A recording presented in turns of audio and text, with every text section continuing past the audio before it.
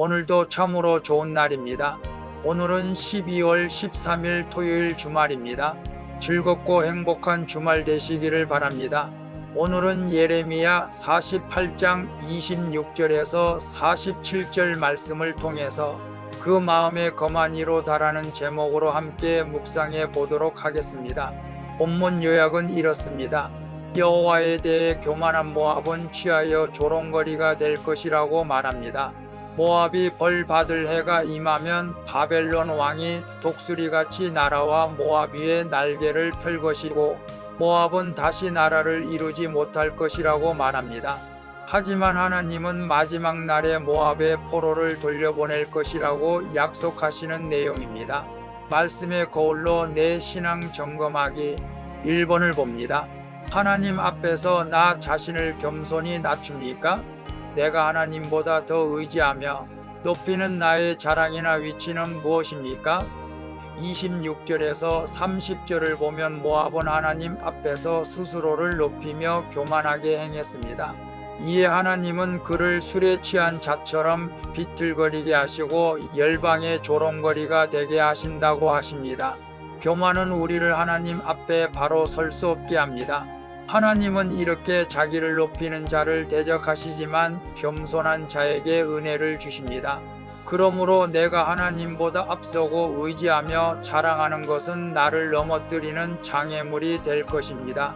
그래서 하나님 앞에서 나 자신을 겸손히 낮추니까 내가 하나님보다 더 의지하며 높이는 나의 자랑이나 위치는 무엇입니까? 라고 했을 때 모압은 하나님 앞에서 스스로 교만했기 때문에 열방의 조롱거리로 만들어 버렸습니다. 오늘 큐티 하시는 분들은 늘 하나님 앞에서 겸손히 자신을 낮추는 자인 줄로 믿습니다. 하나님 앞에서 어떻게 우리가 교만할 수가 있겠습니까? 그러나 만약에 하나님보다 더 의지하며 높이는 것이 있다면 우리는 그것을 내려놔야 합니다.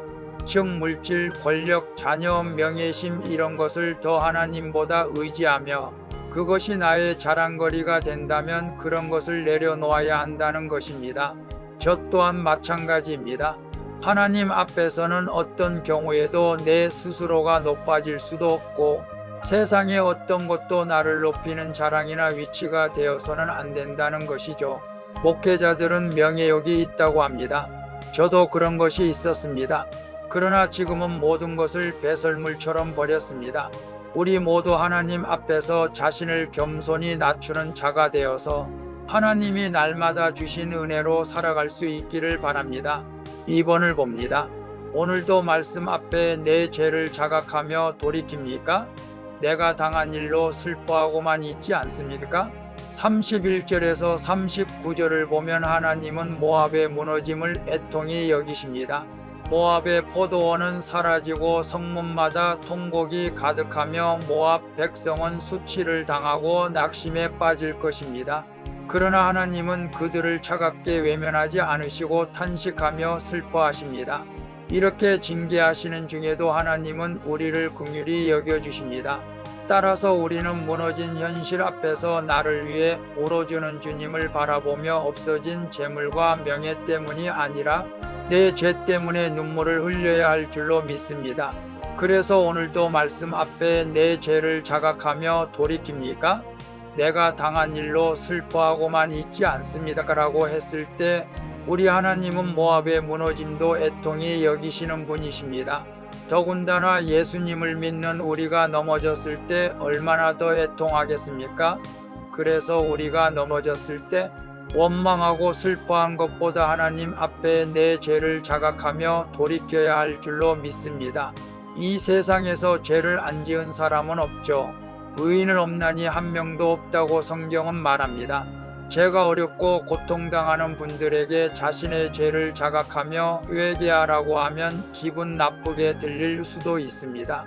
그러나 우리는 고통을 당한 슬픈 일이 없을지라도 우리는 날마다 내 죄를 바라보며 애통하고 회개해야 할 줄로 믿습니다. 3번을 봅니다. 무너짐의 사건 이후에 나를 회복시키려는 하나님의 음성을 듣고 있습니까?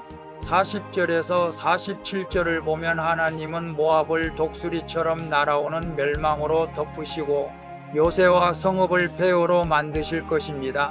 모압의 영광과 힘이 끊어지고 그들이 의지하던 자랑은 사라집니다. 그러나 하나님은 마지막 날에 모압의 포로를 다시 돌아오게 하겠다고 약속하십니다. 따라서 우리는 하나님의 심판이 끝이 아니라 회복의 문을 여는 사랑임을 계속 기억해야 합니다. 멸망 이후에도 나를 붙들어 회복시키시는 주님의 손길을 신뢰하는 것이 우리의 믿음이 되어야 합니다. 그래서 무너짐의 사건 이후에 나를 회복시키려는 하나님의 음성을 듣고 있습니다라고 했을 때 하나님은 모압을 폐허로 만드신 후에도 그의 포로를 다시 돌아오겠다고 약속하신 것처럼 우리 또한 내가 무너짐의 사건이 있다 할지라도 하나님께서 나를 다시 회복시키시려는 하나님의 놀라운 계획이 있는 줄로 믿습니다.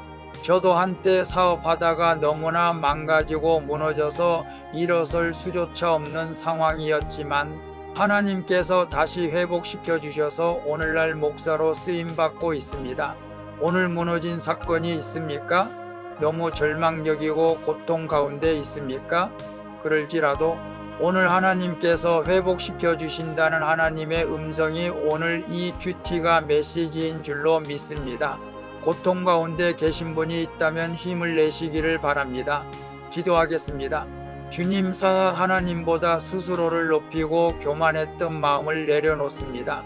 하나님의 심판 앞에 제 죄의 심각성을 깨닫게 하시고 회개의 자리로 나아가 주님의 은혜를 붙들게 해주시옵소서. 주님, 멸망 이후에 회복을 약속하시는 주님을 신뢰하며 말씀 안에서 소망을 품고 살게 해주시옵소서. 나를 회복시켜 주시는 예수 그리스도의 이름으로 기도합니다. 아멘. 오늘도 수고하셨습니다. 사랑합니다. 축복합니다. 샬롬.